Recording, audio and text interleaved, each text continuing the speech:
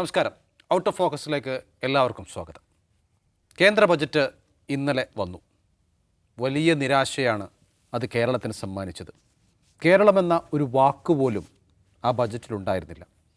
നമ്മളൊക്കെ പ്രതീക്ഷിച്ചു 2 കേന്ദ്രമന്ത്രിമാർ ഉണ്ട് കേരളത്തിൽ നിന്ന് ഈ കേന്ദ്രമന്ത്രിസഭയിൽ. പക്ഷേ അതിൻ്റെ ഒരു ഗുണവും ഈ ബജറ്റിൽ കണ്ടില്ല. നേരെ മറിച്ച് BJPക്ക് ഇപ്പോൾ സഖ്യകക്ഷികളുടെ ഭാരം വല്ലാതെയുണ്ട്. അവരെ താങ്ങാതെ നടക്കാനാവാത്ത അവസ്ഥയാണ്, മുന്നോട്ട് പോകാൻ പറ്റാത്ത അവസ്ഥയാണ്. അതുകൊണ്ട് തന്നെയായിരിക്കാം ആന്ധ്രയ്ക്കും ബീഹാറിനും വാരിക്കോരി നൽകുകയും ചെയ്തിട്ടുണ്ട്. പക്ഷേ കേരളം ഏറെ കാലമായി ആഗ്രഹിക്കുന്ന ഒന്നാണ് all India institute of medical science കേരളത്തിൽ വരണമെന്നുള്ളത്. പക്ഷേ ഇത്തവണത്തെ ബജറ്റിലും അതിനെക്കുറിച്ച് മിണ്ടാട്ടമില്ല. ഒരു ടോക്കൺ അക്കൗണ്ട് പോലും നീക്കി വെക്കുകയും ചെയ്തിട്ടില്ല. ദാവസാബ് എയിംസ് അടക്കം ഉള്ള വൻകിട പദ്ധതികൾ ഇല്ല, ചെറുകിട പദ്ധതികൾ പോലും ഈ ബജറ്റിലില്ല. എയിംസിനൊക്കെ വേണ്ടി നമ്മൾ ഇനിയും എത്ര കാലം കാത്തിരിക്കണം? നിഷാദ് നൗഫല, ഈ എയിംസ് എന്ന് പറഞ്ഞാൽ ശരിക്കും ഒരു വൻകിട പദ്ധതി എന്ന് പോലും പറയാൻ പറ്റില്ല. AIIMS institute of national importance എന്ന് പറയാവുന്ന കാറ്റഗറിയിൽ പെടുന്ന ഒരു സ്ഥാപനമാണ്. ഒരു പ്രൈഡ് ആയിട്ടാണ് കാണുന്നത്. അപ്പോൾ ഈ ബജറ്റിൽ നൗഫൽ പറഞ്ഞ മാതിരി പല നിലക്കുള്ള വിമർശനങ്ങൾ ബജറ്റുമായി ബന്ധപ്പെട്ട് പ്രതിപക്ഷം ഉന്നയിക്കുന്നുണ്ട്, വിവിധ സംസ്ഥാനങ്ങൾ ഉന്നയിക്കുന്നുണ്ട്, ദക്ഷിണേന്ത്യൻ സംസ്ഥാനങ്ങൾ പൊതുവായിട്ട് ഉന്നയിക്കുന്നുണ്ട്. അപ്പോൾ കേരളത്തെ സംബന്ധിച്ചിടത്തോളം പ്രധാനപ്പെട്ട ഒരു കാര്യമായിട്ട് ഈ എയിംസ് വരാൻ കാരണം എന്താണെന്ന് ചോദിച്ചിട്ടുണ്ടെങ്കിൽ, ഇപ്പോൾ കേരളത്തിൽ നിന്ന് 2 കേന്ദ്രമന്ത്രിമാരുണ്ട്. അതിലൊരാൾ സുരേഷ് ഗോപിയാണ്. സുരേഷ് ഗോപി എയിംസ് ഞാൻ കൊണ്ടുവരും എന്ന് പറഞ്ഞ ആളാണ്. പക്ഷേ അതേക്കുറിച്ച് അദ്ദേഹത്തോട് ചോദിച്ചപ്പോൾ അദ്ദേഹം നിങ്ങൾ സ്ഥലം ഏറ്റെടുത്ത് കൊടുത്തോ? അപ്പോൾ പത്രക്കാർ പറയുന്നു അതെ 150 ഏക്കർ സർക്കാർ ഡിസൈനേറ്റ് ചെയ്തിട്ടുണ്ടല്ലോ എന്ന് പറയുമ്പോൾ 150 ഏക്കറോ അത് മതിയോ എയിംസിനെന്ന് ചോദിച്ച് പരിഹസിക്കുകയാണ് ചെയ്യുന്നത്. അപ്പം 150 ഏക്കർ മാത്രം സർക്കാർ കൊടുത്തത് കൊണ്ടാണ് എയിംസ് വരാത്തത് എന്നൊരു ധ്വനിയാണ് അദ്ദേഹം ഉണ്ടാക്കുന്നത്. അത് ജനങ്ങളെ തെറ്റിദ്ധരിപ്പിക്കലാണ്. കാരണം 150 ഏക്കറിൽ പ്രവർത്തിക്കുന്ന എയിംസ് ഇന്ത്യയിലെമ്പാടും ഉണ്ട്. എയിംസ് കേരളത്തിൽ വരുമെന്ന് വളരെ നേരത്തെ പറഞ്ഞതുമാണ്. എന്ന് മാത്രമല്ല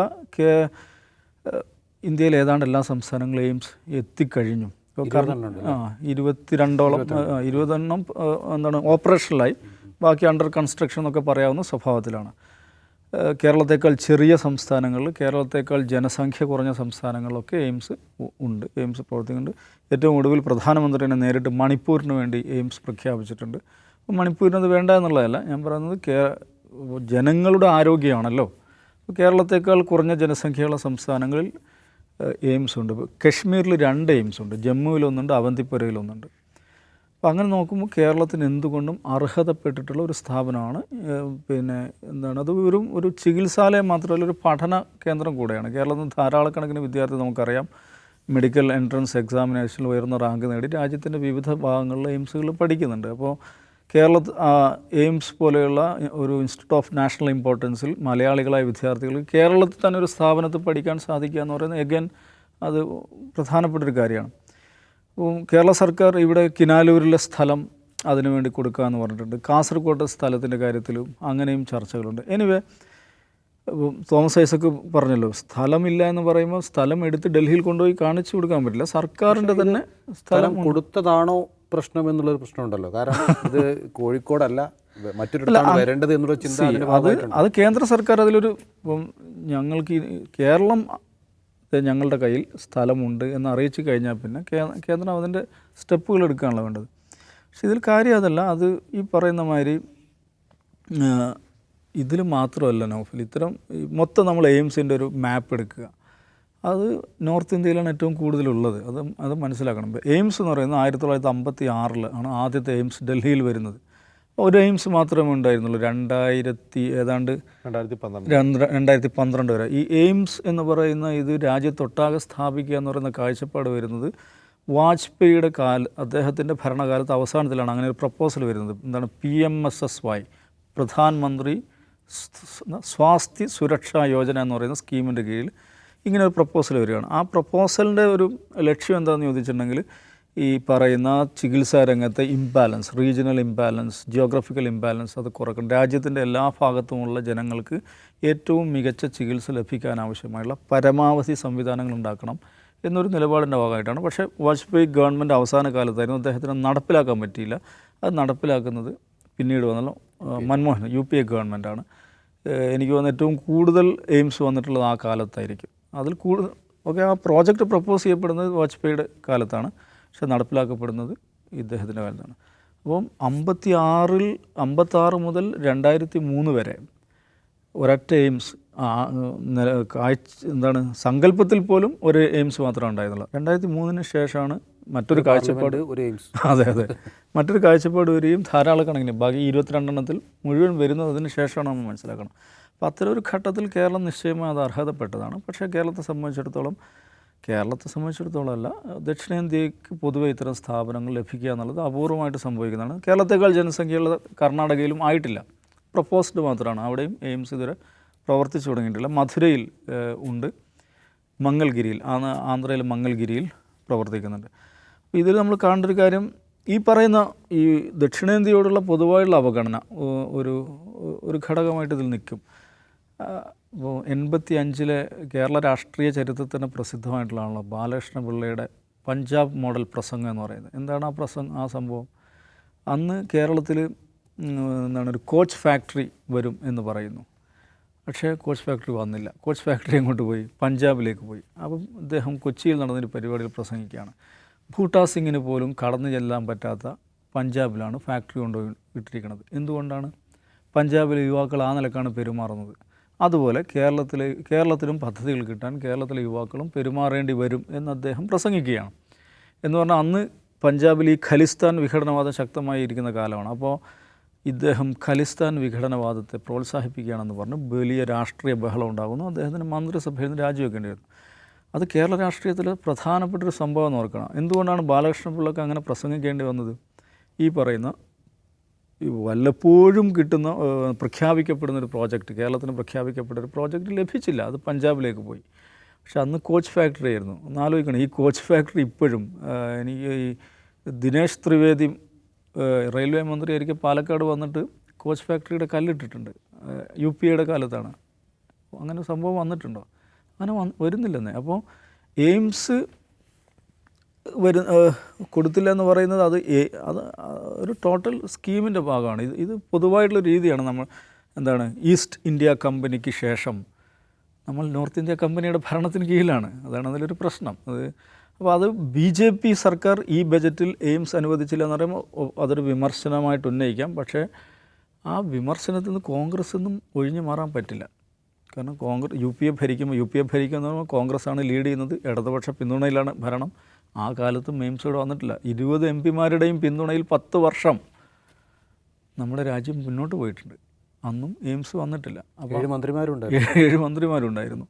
അപ്പോൾ ഇപ്പം BJP ഇതിന് രാഷ്ട്രീയമായി മറുപടി പറയേണ്ടി വരും. പ്രത്യേകിച്ച് സുരേഷ് ഗോപിയെ സംബന്ധിച്ചിടത്തോളം 5 വകുപ്പുകൾ കയ്യിലിട്ട് അമ്മാനമാടാനൊക്കെ പോയ ആളാണ്. അദ്ദേഹത്തിന് ഇത് കൊണ്ടുവരാൻ പറ്റില്ല എന്നുള്ളത്. അപ്പോൾ ആ വിമർശനത്തെ BJP മറുപടി പറയേണ്ടി വരും. പക്ഷേ ഇതിൽ എല്ലാ രാഷ്ട്രീയ പാർട്ടികളും ഈ പറയുന്ന വികസന വിവേചനത്തിൻ്റെ കാര്യത്തിൽ ഉത്തരവാദികളാണെന്ന വസ്തുത അവിടെ ഉണ്ട്. ജിംസ്, BJPക്ക് കേരളത്തിൽ പ്രത്യേക ലക്ഷ്യമുണ്ട്. കാരണം അവർക്ക് ഒരു ലോക്സഭാ പ്രതിനിധിയെ ലഭിച്ചതാണ്.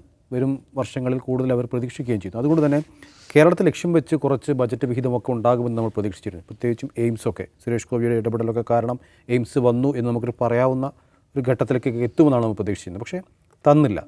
ഈ 5 വർഷത്തിനിടയ്ക്ക് എപ്പോഴെങ്കിലും ഇത് ലഭിക്കാനുള്ള സാധ്യത കാണുന്നുണ്ടോ? ഈ എയിംസിൻ്റെ ഒരു പേപ്പർ വർക്കുകൾ അങ്ങനെ ഉണ്ടല്ലോ, ഒരു ഫൈനൽ അപ്രൂവൽ ആവാത്തതേ ഉള്ളൂ. അതായത് ഈ സംസ്ഥാന സർക്കാരും കേന്ദ്ര ഗവൺമെൻറ്റുമായിട്ടുള്ള നിരവധി കത്തിടപാടുകൾ വേണ്ട. ഏറ്റവും അവസാനത്തെ പ്രപ്പോസൽ ധനമന്ത്രാലയത്തിനാണ് കൊടുത്തിട്ടുള്ളത്. നിർമ്മലാ സീതാരാമൻ്റെ മന്ത്രാലയത്തിനാണ് കൊടുത്തിട്ടുള്ളത്. അതായത് ആ കൊടുത്തിട്ടുള്ള പ്രപ്പോസൽ ഇപ്പോൾ മന്ത്രി വീണ ജോർജ് നിയമസഭയെ അറിയിച്ചത് പ്രകാരം ഞങ്ങൾ കോഴിക്കോട് ജില്ലയിലെ കിനാലൂരിൽ, ബാലുശ്ശേരിക്കടുത്തുള്ള കിനാലൂരിൽ 150 ഏക്കർ ഭൂമി മുമ്പ്, അത് 2009 VSൻ്റെ കാലത്ത് എളമരങ്കരി മന്ത്രിയായിരുന്നപ്പോൾ വ്യാവസായിക ആവശ്യത്തിന് വേണ്ടി എടുത്ത ഭൂമിയാണ്. 150 ഏക്കർ ഭൂമിയുണ്ട്. ഞങ്ങൾ 100 ഏക്കർ കൂടി, 200 ഏക്കർ മതി, 100 ഏക്കർ കൂടി ഞങ്ങൾ ഏറ്റെടുക്കാനുള്ള നടപടിയുമായി മുന്നോട്ട് പോവുകയാണ്. ഇതിൻ്റെ ഫൈനൽ അപ്രൂവൽ ലഭിക്കുന്നതോടെ അതിനുള്ള വിജ്ഞാപനം ഇറങ്ങുമെന്ന് അറിയിച്ചു കഴിഞ്ഞതാണ്. അപ്പോൾ ഇനി ആകെ കേന്ദ്ര സർക്കാർ ചെയ്യേണ്ടതെന്നാണ് ഈ ബജറ്റിൽ പ്രഖ്യാപിക്കുക എന്നുള്ളതായിരുന്നു. കേരളത്തിലെ എയിംസ് പ്രഖ്യാപിക്കുക എന്നുള്ളത്. അത് പ്രഖ്യാപിച്ചില്ല എന്നുള്ളതാണ് പ്രശ്നം.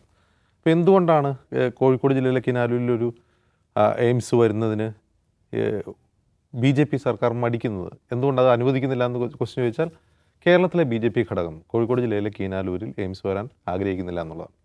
അതിൻ്റെ കാരണം വെച്ചാൽ BJPയെ സംബന്ധിച്ച് ഒരു ലോക്സഭാ സീറ്റ് നോക്കുകയാണെങ്കിൽ കോഴിക്കോട് ലോക്സഭാ സീറ്റ് എന്ന് പറയുന്നത്, അല്ലെങ്കിൽ വടകര ലോക്സഭാ സീറ്റ് എന്ന് പറഞ്ഞാൽ അവർക്ക് ഏറ്റവും വോട്ട് കുറഞ്ഞ 2 സീറ്റുകളാണ്. നമ്മൾ ഈ തവണത്തെ ഇലക്ഷൻ തന്നെ എടുത്ത് നോക്കിയാൽ അറിയാം. ഏറ്റവും വോട്ട് ശതമാനം കുറഞ്ഞ ലോക്സഭാ സീറ്റുകളിൽ പെട്ട ഒന്നാണ് ഒന്ന് വടകരയും ഒന്ന് കോഴിക്കോടും. അപ്പോൾ അങ്ങനെയുള്ളൊരു സ്ഥലത്ത് കൊണ്ടുവന്നൊരു എയിംസ് സ്ഥാപിച്ചു കഴിഞ്ഞാൽ BJPക്ക് എന്ത് രാഷ്ട്രീയ നേട്ടം ഉണ്ടാവുക? ബാലുശ്ശേരി അസംബ്ലി മണ്ഡലത്തിൽ ജയിക്കാൻ പോകുന്നുണ്ടോ? അവിടുത്തെ ഏതെങ്കിലും പഞ്ചായത്തുകൾ BJP ജയിക്കാൻ പോകുന്നുണ്ടോ? ഇനി വടകര ആ മേഖലയിൽ എവിടെയെങ്കിലും ജയിക്കാൻ പോകുന്നുണ്ടോ? ഇല്ലല്ലോ. BJPക്ക് ഒരു തരത്തിലും രാഷ്ട്രീയ നേട്ടം എയിംസ് അവിടെ കൊണ്ടുവന്നിട്ടില്ല. അതുകൊണ്ട് BJP സംസ്ഥാന നേതൃത്വം ആഗ്രഹിക്കുന്നത് പാലക്കാട് ജില്ലയിൽ വേണമെന്നാണ്. അപ്പോൾ പാലക്കാട് ജില്ലയിൽ ഓൾറെഡി ഇപ്പോൾ ഒരു IIT ഉണ്ട്. കാരണം അവസാനത്തെ UPA സർക്കാരാണ് അത് കൊണ്ടുവന്നത്. ശശി തരൂരിന് വലിയ തോതിലുള്ള ഇടപെടൽ അതിനുണ്ടായിട്ടുണ്ട്. അപ്പോൾ ഈ IITക്ക് വേണ്ടി പാലക്കാട് ജില്ലയിൽ ഭൂമി ഏറ്റെടുക്കുക എന്നുള്ളൊരു ഭഗീരഥ പ്രയത്നമായിരുന്നു. ഭഗീരഥ പ്രയത്നം അന്ന് MP രാജേഷ് MP ആയിരിക്കുന്ന സമയമാണ്. അപ്പോൾ വനം വകുപ്പിൻ്റെ ഭൂമി IITക്ക് വേണ്ടി വിട്ടുകൊണ്ടാണ് ഒരുപാട് നൂലാമാലകൾ, നിയമപരമായ നൂലാമാലകൾ ഒരുപാടുണ്ടായിരുന്നു. അതിൻ്റെ പേരിൽ ഒരുപാട് വിവാദങ്ങളുണ്ടായിരുന്നു. കാരണം വനഭൂമി ഏറ്റെടുക്കുമ്പോൾ അതിന് നടുക്ക് കുറച്ച് സ്വകാര്യ വ്യക്തിയുള്ള സ്ഥലമുണ്ട്, അതുകൂടി ഏറ്റെടുക്കണം എന്ന് പറഞ്ഞ് അവർ വേറെ രീതിയിൽ പ്രപ്പോസലാക്കി ഒരുപാട് ആരോപണ പ്രത്യാരോപണം ഒരു സംഭവമാണ്. ഇപ്പോൾ BJP നേതാക്കൾ ആഗ്രഹിക്കുന്നത് പാലക്കാട് നഗരത്തോട് ചേർന്ന യാക്കരയിൽ ഈ എയിംസ് വരണം എന്നാണ്. യാക്കരയിൽ ഓൾറെഡി ഒരു മെഡിക്കൽ കോളേജ് ഉണ്ട്. പാലക്കാടുള്ള മെഡിക്കൽ കോളേജ് യാക്കര തന്നെയാണ് ഉള്ളത്. ഇപ്പോൾ പാലക്കാട് എന്ന് പറയുന്ന സ്ഥലത്തെ സംബന്ധിച്ച് ഇപ്പോൾ 200 ഏക്കർ എവിടെയെങ്കിലും കണ്ടെത്തുക എന്നുള്ളത് വലിയ ബുദ്ധിമുട്ടുള്ള കാര്യമാണ്. കാരണം ഭൂമി ഉള്ളൊരു സ്ഥലമാണ്. പക്ഷേ 200 ഏക്കർ പാലക്കാട് യാക്കര കണ്ടെത്തുക എന്നുള്ളത് ഇമ്പോസിബിളാണ് ഏറെക്കുറെ. കാരണം എന്ന് വെച്ചാൽ നഗരത്തോട് ചേർന്ന് കിടന്നൊരു പ്രദേശമാണ്. അപ്പോൾ BJP ആഗ്രഹിക്കുന്നത് പാലക്കാട് എയിംസ് കൊണ്ടുവരികയാണെങ്കിൽ, ഞങ്ങളിതാ എയിംസ് കൊണ്ടുവരുന്നു, പാലക്കാട് അവർക്ക് സാധ്യതയുള്ളൊരു ലോക്സഭ മണ്ഡലമാണ്. അവർക്ക് കാര്യമായ വോട്ട് വർദ്ധിപ്പിച്ചുകൊണ്ടിരിക്കുകയാണ്. അസംബ്ലി സീറ്റിലാണെങ്കിൽ നേരിയ ഭൂരിപക്ഷത്തിനാണ് UDF അവിടെ ഷാഫി പറമ്പിലെ കഴിഞ്ഞാണ് ജയിച്ചുകൊണ്ടിരിക്കുന്നത്. അപ്പോൾ അവർക്ക് രാഷ്ട്രീയമായി എന്തുകൊണ്ടും നേട്ടം എപ്പോഴും എന്താണ്? പാലക്കാട് കൊണ്ടുവരാണ്. അല്ലാണ്ട് കോഴിക്കോട് എയിംസ് സ്ഥാപിച്ചുകൊണ്ട് കോഴിക്കോട് ഒരു സീറ്റ്, ഒരു അസംബ്ലി സീറ്റ്, ഒരു പഞ്ചായത്ത് പോലും അവർക്ക് പിടിച്ചെടുക്കാൻ കഴിയില്ല എന്നുള്ളതാണ് അവർ മറുപടി. ആ ഒരൊറ്റ രാഷ്ട്രീയ താല്പര്യം കൊണ്ടാണ് കേരളത്തിന് എയിംസ് കിട്ടാത്തത്.